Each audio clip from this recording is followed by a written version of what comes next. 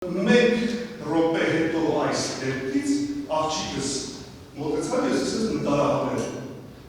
և եթե շնորհակալություն նկարահանումներ երկու հատ մեկ ոստիկանների կողմից դրսից պատերից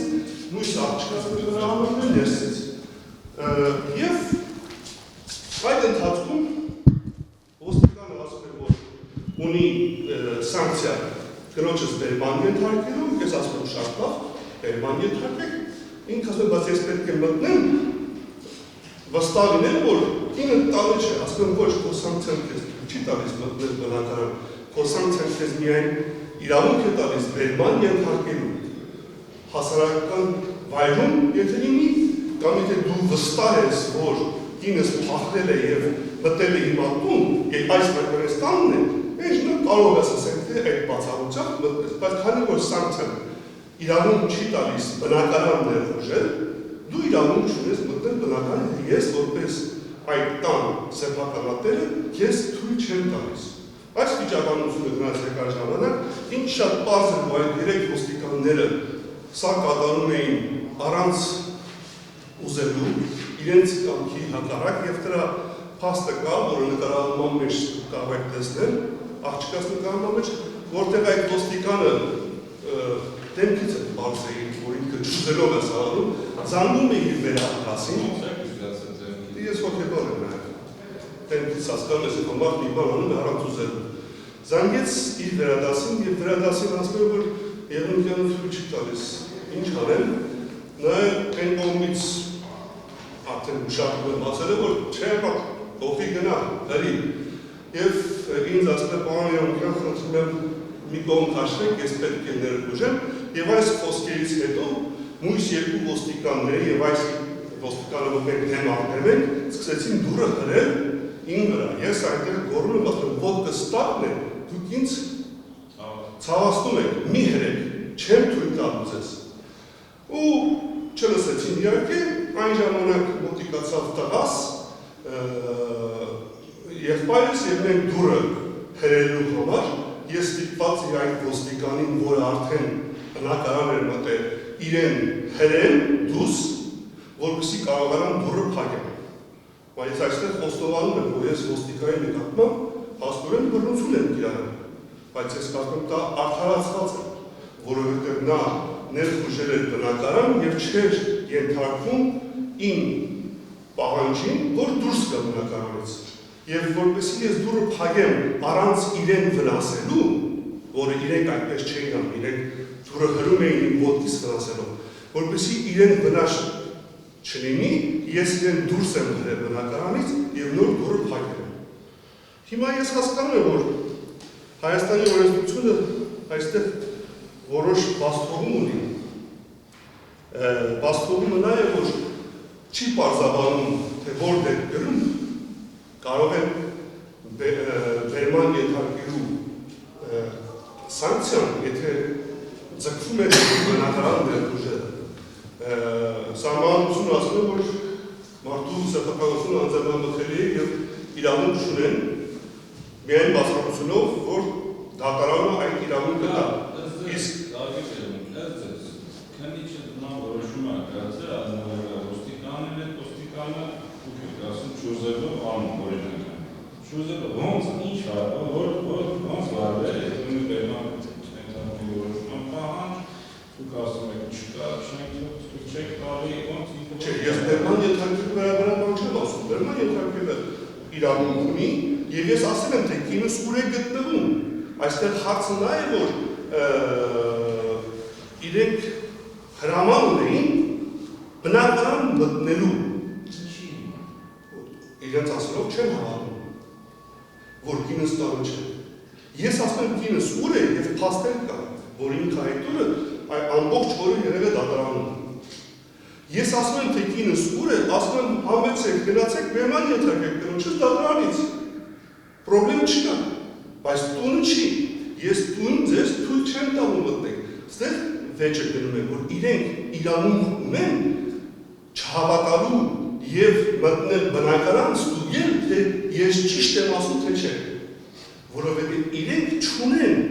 փաստ, որ նա գտնվում է բնակարանում, հագիրի դատարանում։ Եթե իրենք օրինային փաստ եւ ներկայացնեին, որ կինս այդ վարկանին գտնվում է բնակարանում եւ ես նրան թաքցնում եմ, այն ժամանակ կարելի է նայել այս հարցին ուրիշ տեսանկյունից, բայց եթե իրենք փաստ չունեն, որ կինս գտնվում է բնակարանում, առավոտը եկել է մի անգամ ասել եմ տունը չէ, դատարանում է, գալիս է երրորդ անգամ 2 ժամ հետո երկու ուրիշ ոստիկանով արդեն մտադրությամբ բռնի ուշք կիրառել եւ մտնել բնակարան։ Սա է նպատակը, թե ինչու երկու ուրիշ ոստիկաններ կան, որոնք մեկը նկարահանում է եւ երկուսը երեքում միասին դուրը հրում են դրես։ Նույնիսկ եմ ասում, այստեղ օրենքի բաց թողում է, որտեղ օրենքը չի ասում կոնկրետ թե որ դեպքում կարող են մտնել բնակարան բերման ենթարկելու ժամանակ։ Ես կարող եմ ձեզ միջազգ որպես հաստատվան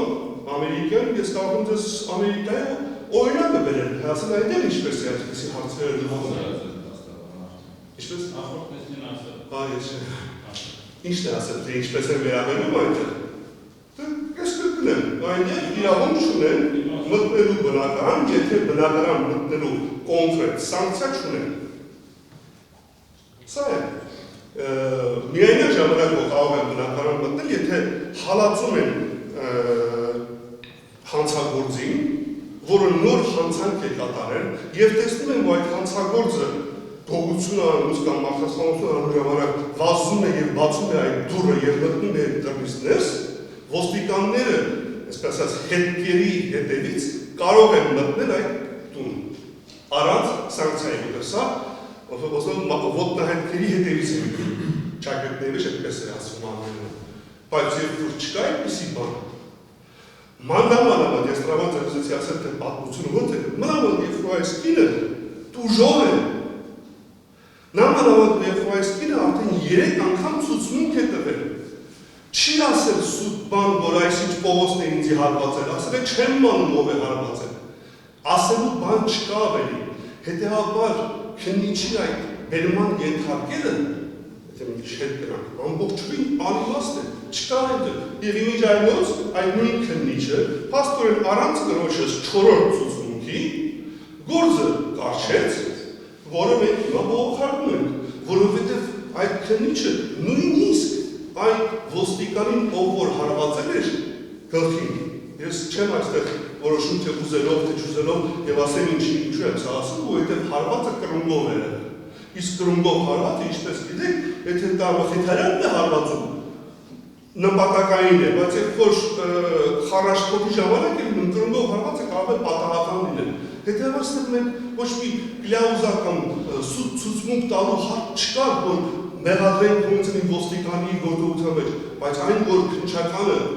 անգորության է մատնել, նույնիսկ այդ ոստիկանին չի հարցաքննել, այդ ոստիկանին չի հարցաքննել, որին նկատմամբ կա 3 Մենք արդեն մյուս գործի մեջ ենք խորհրդանում։ Չէ, բայց դուք հասկացեք, թե ո՞նց է գալիս սա։ Հարգելի դատան, ես ուզում եմ ասեմ, որ ամբողջովին վրեժխնդրության, ողջունության դրսևորում էր կրոջս 4-րդ անգամ ցուցմունքի հրավիրելը։ Անիմաստ,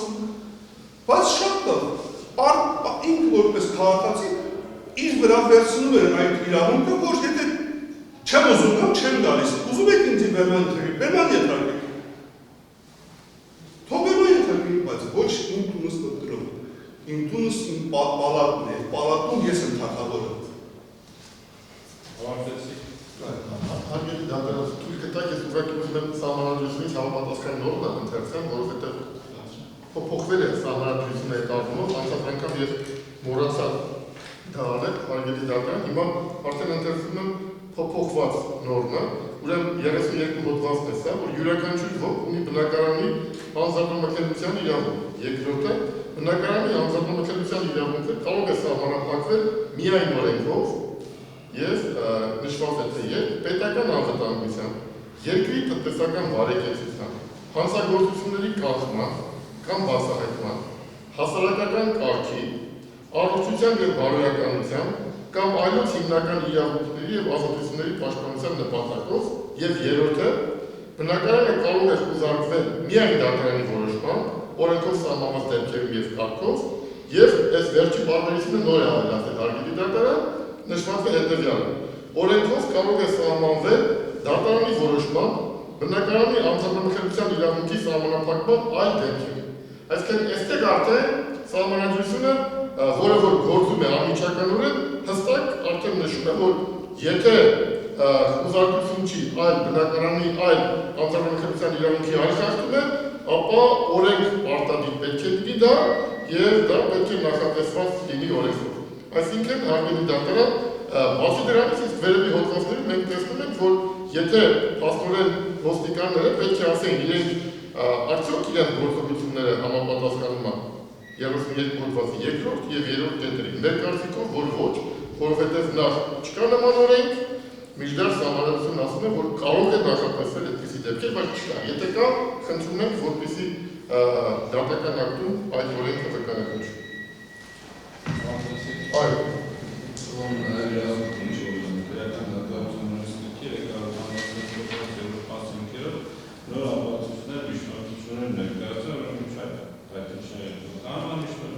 Ոչ, հարգելի դատարան։ Ոչ։